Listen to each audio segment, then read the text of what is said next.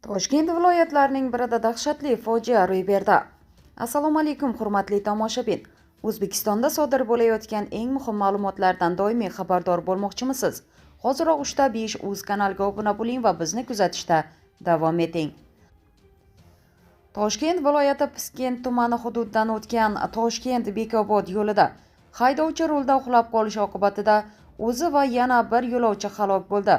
Bu haqida Ichki ishlar bosh boshqarmasi matbuot kotibi Bobur To'laganov xabar berdi. Qayd etilishicha, bugun, ya'ni 17-mart kuni soat 6:30 larda Piskent tumani hududidan o'tgan Toshkent-Bekobod avtomobil yo'lida harakatlanib ketayotgan yuk mashinasi dastlabki ma'lumotlarga ko'ra, haydovchisi uxlab qolishi oqibatida qarama-qarshi yo'nalishga chiqib ketgan. Oqibatda Isuzu avtomobili bilan to'qnashib, yo'l transport hodisasi sodir bo'lgan. Hodisada yuk transport vositasi haydovchisi va bir nafar yo'lovchisi olgan tan jarohatlari sababli voqea joyida vafot etishgan.